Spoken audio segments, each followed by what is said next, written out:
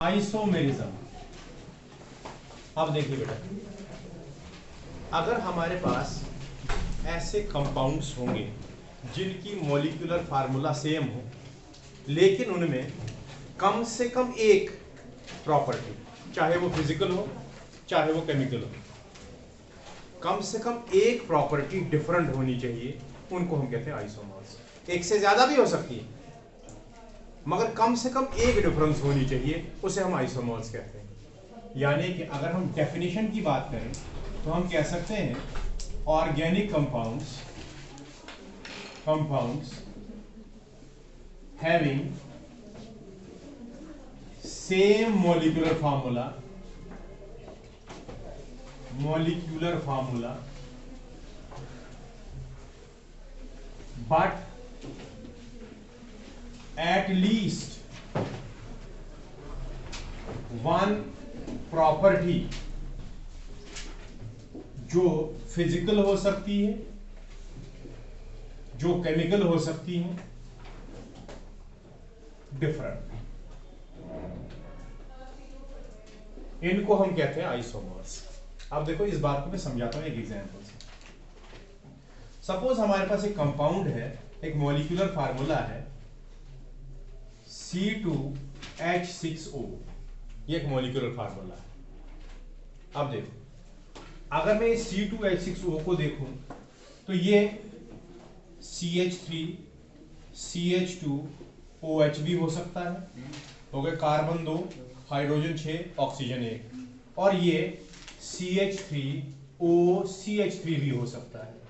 अगर ये है तो इसको हम बोलते हैं इथाइल अल्कोहल या इथेनॉल, और इसको बोलते हैं डाई मिथाइल ईथर, या तो हम इसको बोलते हैं मिथॉक्सीमीथेन। ये अल्कोहल है, वो ईथर है। अब देखिए, इन दोनों की मॉलिक्यूलर फार्मूला सेम है, मगर अगर इन दोनों को गौर से देखा जाए, इनमें बहुत सारी डिफरेंसेस हैं। बहुत सारी हो तो कोई प्रॉब्लम नहीं है, मगर कम से कम एक तो होनी ही होनी चाहिए। अब देखो, अगर इनकी डिफरेंसेस की बात की जाए, सपोज अगर हम देखें, ये जो इथाइल अल्कोहल होता है, पहली बात ये लिक्विड होता है, इथाइल अल्कोहल इज लिक्विड। लेकिन अगर आप डाइमिथाइल ईथर देखेंगे, इट इज गैस।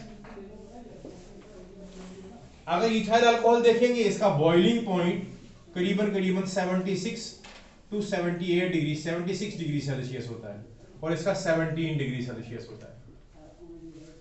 यानी कि बॉइलिंग पॉइंट में फर्क, फिजिकल स्टेट इसका गैसियस, इसका लिक्विड, इस फिजिकल स्टेट में चेंज। इसी तरह से अगर सपोज हम इसको, इस इथाइल अल्कोहल को अगर आप सोडियम मेटल डालेंगे, इथाइल अल्कोहल ले लिया आपने, सोडियम मेटल डाल दिया, जो ही सोडियम मेटल डालेंगे ये बनेगा सोडियम इथॉक्साइड C2H5ONa, और हाइड्रोजन गैस इवॉल्व होगी। लेकिन अगर इसके साथ आप सोडियम डालेंगे, नो रिएक्शन, कुछ नहीं होगा। इसी तरह से अगर इथाइल अल्कोहल के साथ आप हाइड्रोजन आयोडाइड डालेंगे, यह बनेगा इथाइल आयोडाइड, यानी कि CH3 CH2 एंड I। लेकिन अगर इसके साथ आप डालेंगे HI तो यह बनेगा CH3I। यानी कि इन दोनों में तो बहुत सारा फर्क है, लेकिन सिर्फ एक चीज डिफरेंट है, सेम है, दैट इज मॉलिक्यूलर फार्मूला। यानी कि अगर ऑर्गेनिक कंपाउंड्स में मॉलिक्यूलर फार्मूला सेम हो, लेकिन उनमें डिफरेंसेस हो, फिजिकल प्रॉपर्टीजों में, केमिकल प्रॉपर्टीजों में, या कम से कम एक प्रॉपर्टी में, उसे हम कहते हैं आइसोमर्स। लेकिन अगर मॉलिक्यूलर फार्मूला सेम हो और प्रॉपर्टीजों में कोई फर्क नहीं हो, तो उसको हम आइसोमर नहीं कहते हैं, उसको आइडेंटिकल कहते हैं, दैट्स आइडेंटिकल। यानी कि अगर हम कहें एज ए डेफिनेशन, क्या कह सकते हैं, हम कह सकते हैं ऑर्गेनिक कंपाउंड्स जिनकी मॉलिक्यूलर फार्मूला सेम हो, लेकिन उनमें कम से कम एक प्रॉपर्टी डिफरेंट होनी चाहिए, at least one property should be different, they are known as isomers, and the phenomenon is known as isomerism. इसको हम आइसोमेरिज्म कहते हैं। ये हुआ आइसोमेरिज्म क्या होता है। अब ये जो आइसोमेरिज्म होता है, ये मेनली दो तरह का होता है। ये नोट किया आपने? ये मेनली दो तरह का होता है, structural isomers, structural isomerism and स्टीरियोआइसोमेरिज्म।